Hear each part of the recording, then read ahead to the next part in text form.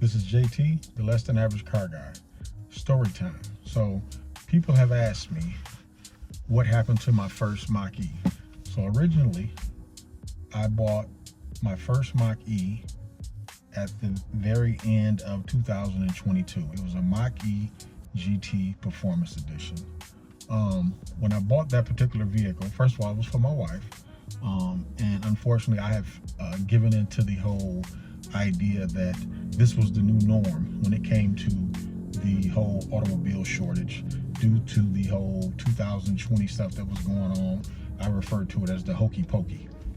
But in any event, the end of 2022, at the time my wife had a 2019 or 2020 Mercedes GLC 43 SUV. I had a 2019 GLE AMG 43. Because of the whole car shortage, when our leases were up, it was very hard to get another Mercedes. There were some Mercedes dealerships that had the lower end models, but there were really no AMGs around. And when you would find an AMG, dealerships were asking 10, 20, 30, 40, some even $60,000, $70,000 over, depending on the model. At that point, I said, I'm going to go ahead and get a pickup truck. We had some other cars too at the time. I decided to go ahead and get a pickup truck. My wife had been looking at the Mustang Mach-E. I didn't know it. So one day we were riding and she asked me, well, it's time for her to get a car. What was my plans? So I asked her, what did she like? She said, well, I like the Mach-E. Me being a car guy, it was like, what? A Mustang that's electric? I felt like it was just blasphemy for Ford to put the name Mustang on anything that was all electric. But I soon got over it. So keep riding with me. So I found one at a dealership about 20 miles from my house. And I said, you know what? She wants it. Hey, happy wife, happy life, right? So we go to the dealership and they had a 2022 Mach-E GT. And we went for a test drive. I drove first. And honestly, I was surprised. I had never driven an electric car. I was surprised with the torque. I'm talking about everyone who's driven electric cars know about the torque. It was just instant. And it was actually a decent ride. That particular dealership, they wanted like $10,000 over sticker for that particular vehicle. And it wasn't the top of the line. The top of the line was a Mach-E GT Performance Edition. So about 2 weeks later, I found another dealership about 50 miles away from my house, and they had a Mach-E GT Performance Edition that was already sold. I had a buddy who knew the salesman, so I asked him, could I just come in and do a test drive in it? And my wife and I, we went, and she drove it first that time. It was a Mach-E GT Performance Edition. And I think the only difference between the Mach-E GT and the Mach-E GT Performance Edition, which is the top of the line, was the wheels, the rim style, and the Mach-E GT Performance Edition, the top of the line one, had some type of magnetic shock ride or whatever. So we test drove that, and honestly, I could tell the difference. I could tell the difference between the I can tell the difference in the ride between the Mach-E GT and the Mach-E GT Performance Edition. So anyway, we drove it. She liked it. Hey, it was something she was going to be driving. So I was like, okay. So I began the process of just looking around. Her lease was almost up, and I couldn't find one. I couldn't find one anywhere.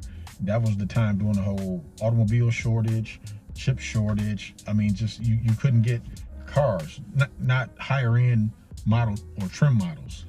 So we were looking at other options.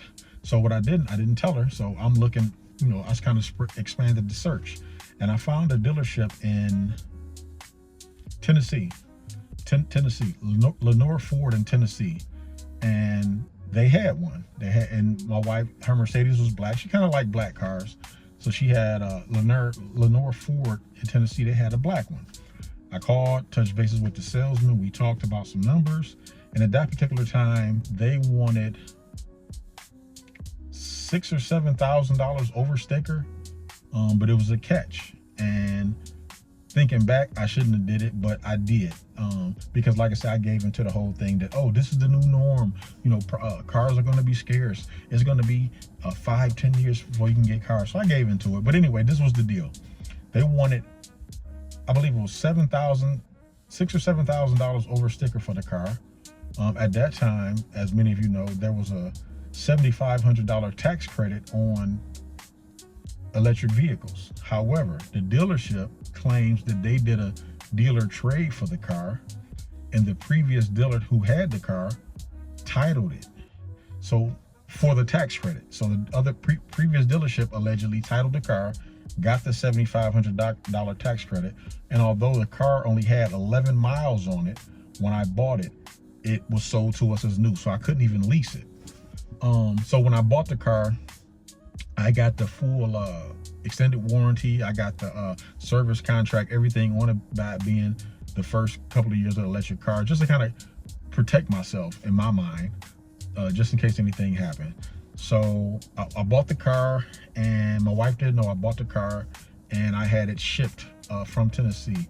And I believe the total price of the car with everything included was like $87,000. Yeah, $87,000. I get it.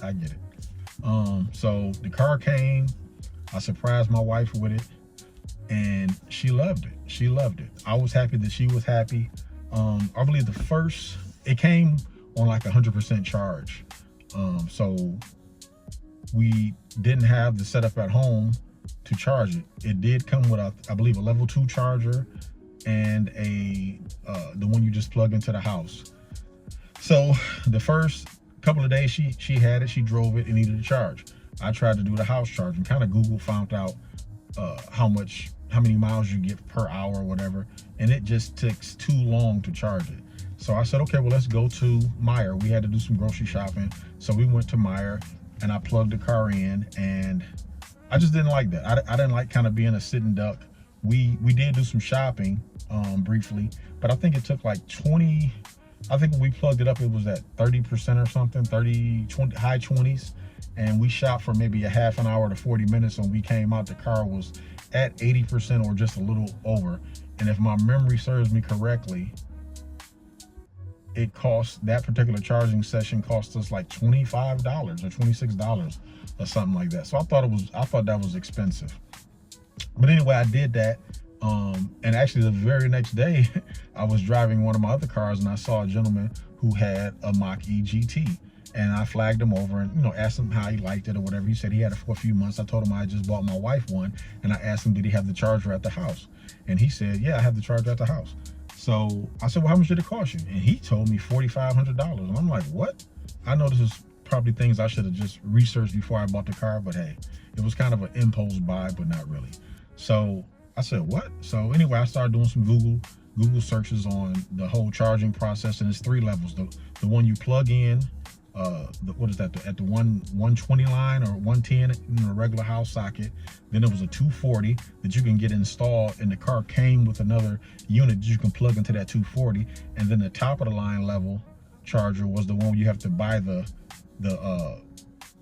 that particular charger, and it would be stationary in your garage. You couldn't unplug it like the mid-range charger. But the mid-range charger, I read the reviews, and a lot of people say that was more than enough for them driving back and forth to work or whatever. So I called a good friend of mine. He's a licensed electrician. He's been in business for 30 plus years. I called him, told him what I had. He said, yeah, I do them all the time. And he charged me, I want to say $350 to come out and run the line and hook everything up in the garage. So once I got all that set up, it was perfect for me. One of my biggest, I'm kind of a safety conscious guy. So one of my biggest issues with my wife having gasoline cars was her having to gas up sometime. I would try to do it all the time, but in the event our schedules clashed, I just really hated the thought of her having to gas up all the time. So when I got the electric charger in the garage, it was like, hey, I brought the the gas station home. And our light bill probably went up about $70 or $75 in comparison to the Mercedes, which we had to run premium. She would spend about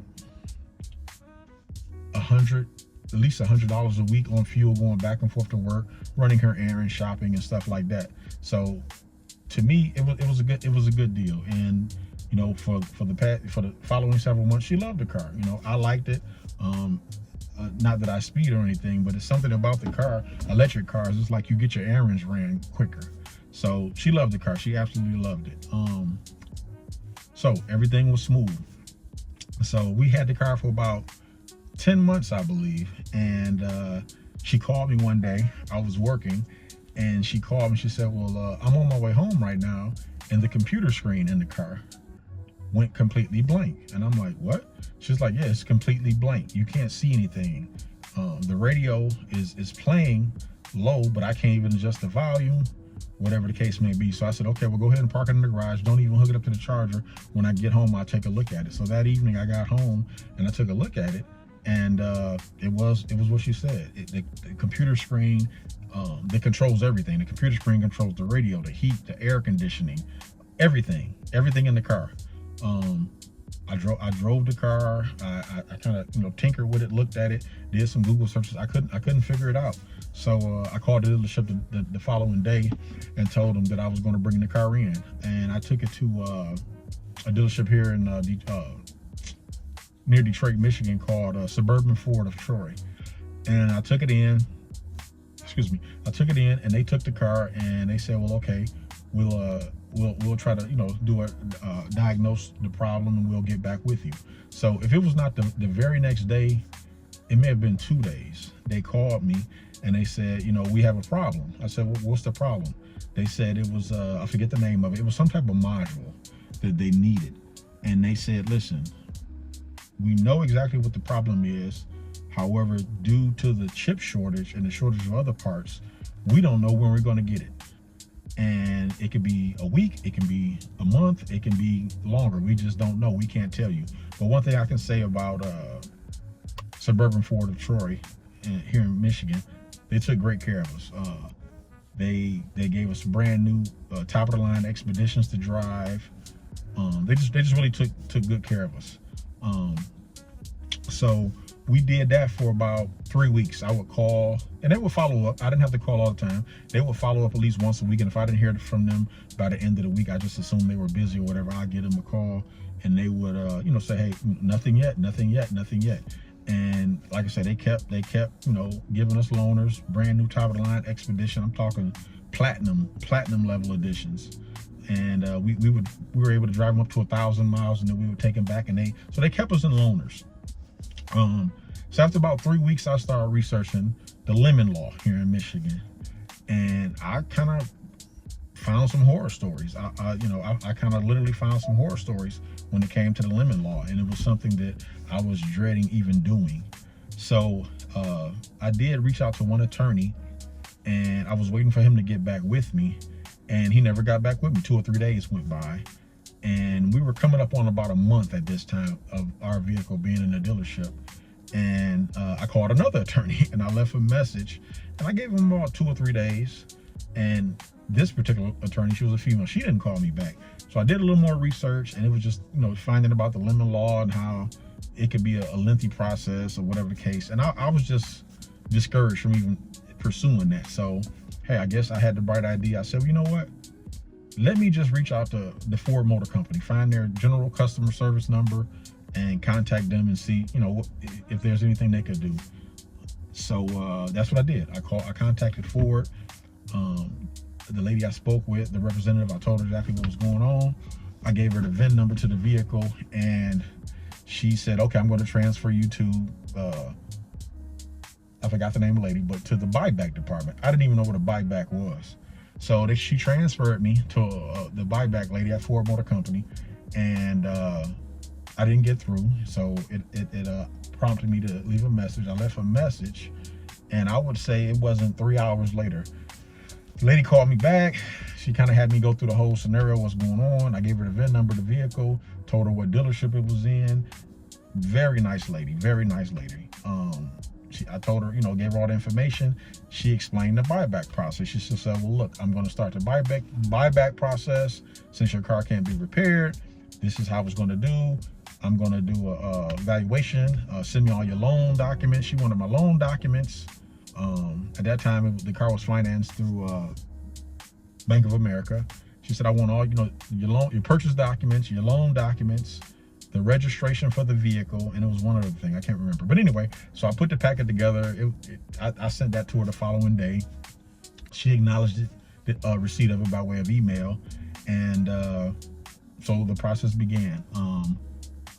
And about a week later, she followed up with me, said, hey, I got everything filed. It's just a waiting game. I sent it to this department, whatever, and I should hear back. So at that particular time, I think my car had been, well, my wife's car had been at the dealership probably close to 2 months. And about 2 weeks after that, while we were waiting on the process to hear back from the buyback department, the dealership calls and they say, how you doing today, sir? Good news. We were able to get the module, and your car is ready for pickup. So I was like, okay, no problem. My wife was happy.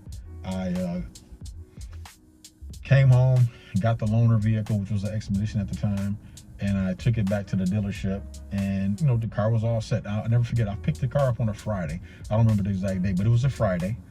And early that Monday morning, so we got it back that Friday weekend. We actually went out with the car. Computer screen is working. The car is perfect. No issues whatsoever. Early that Monday morning, I reached out to the buyback representative that I was dealing with regarding the buyback process. And she explained to me, okay, well, since you have your car back, you have a couple options. You can either go through with the buyback process, even though you had your car back. And I was kind of like, wow, okay. Or if you decide to keep the car, we'll give you $10,000. And I'm like, okay. She said, so you don't have to make your mind up right now, but I have some numbers on the buyback of the vehicle, whatever the case may be, and I'm going to send that over. I said, okay, all right. So let me stop right here.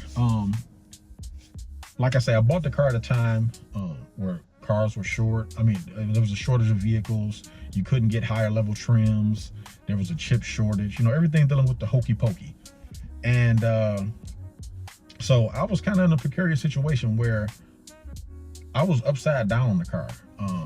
Like I said, we had the car almost a year. So the prices had started coming down on the cars. That was one thing. They began to be a little more available, so that was bringing prices down a little bit. And quite frankly, I was just upside down. I paid over sticker for the car. I didn't get this $7,500 tax credit because the previous dealership titled the vehicle. So I had to purchase the vehicle as used. I didn't get the tax credit. They didn't let me do the friends and family Ford discount. And, I had put all the extras in with the service contract and extended warranty or whatnot because it was a purchase, gap insurance or whatnot. So, okay, so it was kind of a dilemma, but not really. So I talked to my wife, explained to her, what I wanted to do, and she would just have to get another car because the numbers they gave me were sweet. So originally, like I said, I paid $87,000 and some change for the car in total with everything rolled in. Ford came back and offered me $79,410.87. Of that, $75,160.83 was the balance on the loan after they deducted the gap insurance and whatever extras the service contract, and that left a balance of $4,250 that was coming to me. That was more than I put down on the car. I didn't even put. I think I may have put $1,000 down on the car. So it was a win-win for me. I was like, I looked at it at that particular time. It was unfortunate that the screen went out and everything, but to be that upside down on the car, that was my own doing. It was a win-win for me. I considered it manna from heaven, and it was from that point, the representative at the buyback department that was assisting us through the process, after she gave us the numbers and everything, she said, so from this point, if you accept, it'll be a quick process. You can just turn the car in to the dealership. What dealership would you like to go to? So I told her, well, Suburban Ford Troy, had really did right by us. Very friendly people, very helpful. They kept us with a loaner. I can't say enough things about Suburban Ford in Troy. So anyway, she said, okay, well, go and ask for a gentleman by the name of Terry Lang. Terry Lang, awesome guy, awesome guy. I still talk to him to this day. At that particular time, he was the used car manager, sales manager, I believe. He's no longer at Suburban Ford Troy. I believe he's the general manager over at Suburban Ford Royal Oak. Awesome guy. So she said, ask for him, and he'll know exactly what to do. So I took my wife, and even during the drive there, we were kind of undecided on exactly what would be the next vehicle, I would get for her. She was looking at Lexus. Mercedes was still kind of slim. She had driven Mercedes for the prior 15 years to this happening, but it was just that Mercedes, at least the higher trim levels, were so scarce, so that was kind of not an option. She was looking at a Lexus, a couple of other vehicles at the time, but she really liked her Mach-E. She really liked her Mach-E GT. So even during the drive there, we were kind of just undecided. And the closer we got to the dealership, she said, well, baby, I think I'm just going to get another one. And I was like, okay, all right, okay, if that's what you want, we can do that. And so I called Terry Lang when we were close to the dealership and told him, hey, we might be interested in getting another one. And he said, well, what color? My wife's right there with me. I said, what color are you thinking? She said, another black one. I said, okay, all right, we'll decide when we get there. And we pull up in the parking lot in our black Mach-E GT, and Terry Lang had a brand new black Mach-E GT sitting, right at the entrance door, all washed up and everything. So my wife's eyes got kind of big. She's like, oh, and I'm like, it's the same car. Like, well, anyway, so we go in, greeted, Terry came out, greeted us, we met him, we sat down, kind of gave some details about the the whole process, what happened or whatever. And I did tell him how good that particular dealership had treated me. He thanked me. I did do a good review for him. And he said, well, we got the black one out right now already, if you want us to write it up.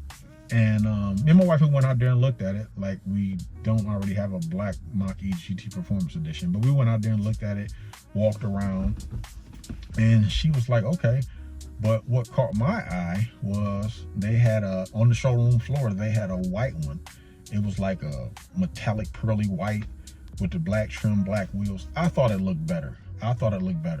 And I thought it was kind of a waste to have a brand new car and have it bought back a year.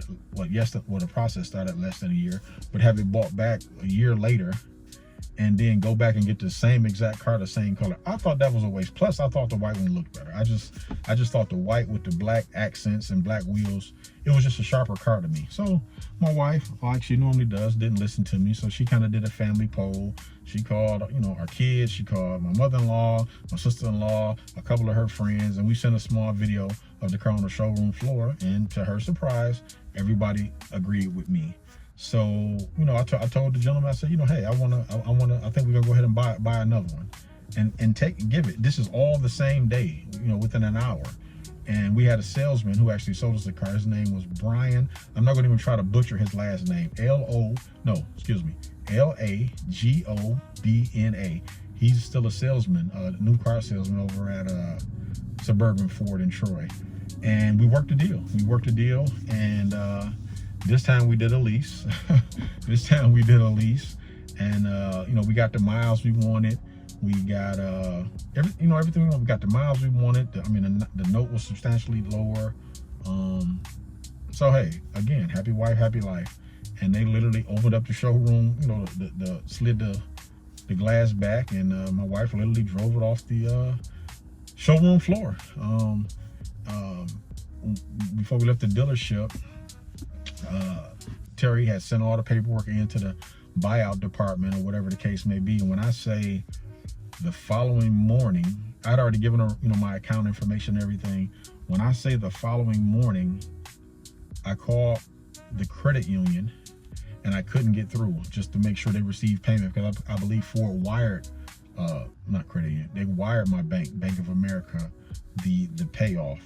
And I believe I had to leave a message the first day, but the morning I woke up after we bought the car, the $4,200 and some was already in my account from Ford. The following day, so that would have been the second day after we had the car, a representative of the bank called and said, hey, everything is confirmed, vehicle is paid off, we're sending you the documentation. And that was pretty much it.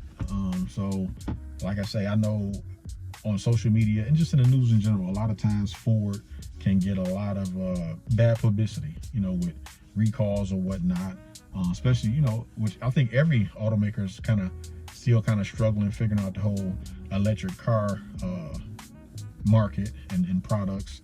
But what I can say, I'm not an advocate for Ford, but I'm just an advocate for how Ford treated me and my family. They really stood by their product, and when the product had a problem, they tried to correct it. They couldn't, and they really got me out of a bad situation with a vehicle that I probably shouldn't have bought at that particular time. And so when people, you know, ask me about Ford, I mean, I don't really have anything bad to say about Ford. Ford really took care of me, and you know, I wanted to do this video because perhaps there are other people going through having issues with not just electric cars from Ford or other automakers, but I didn't know about the buyback process. So I want to do this video and just share my experience. And if you went through this process, I'd like to hear, you know, what was your experience? Was it good? Was it bad? What automaker was it? How long did the process take?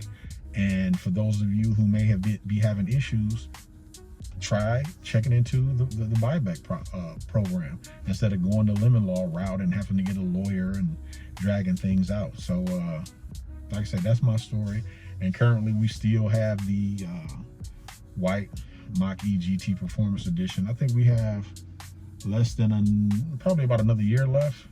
And actually my wife is kind of talking about perhaps getting a third. You know, she's talking about getting a third. The only thing I can say about the car is at this point, I really don't have a problem with the car. The biggest thing I like is the fact my wife never has to worry about standing at a gas. I never have to worry about my wife standing at a gas station somewhere, you know, fueling up.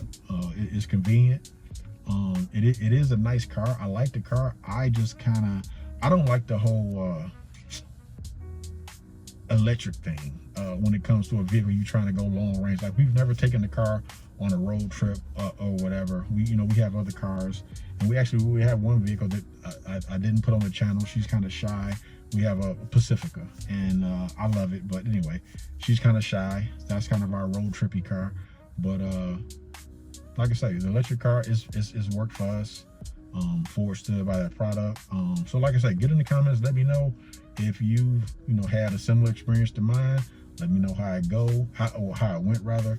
And like I say, if you're in a situation where you're having issues with a car, check into the buyback program. I don't know if the other manufacturers operate their buyback program like Ford does, but hey, it's worth a try.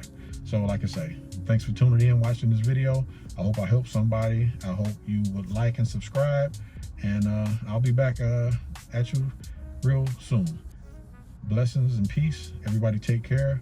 JT, the Less Than Average Car Guy.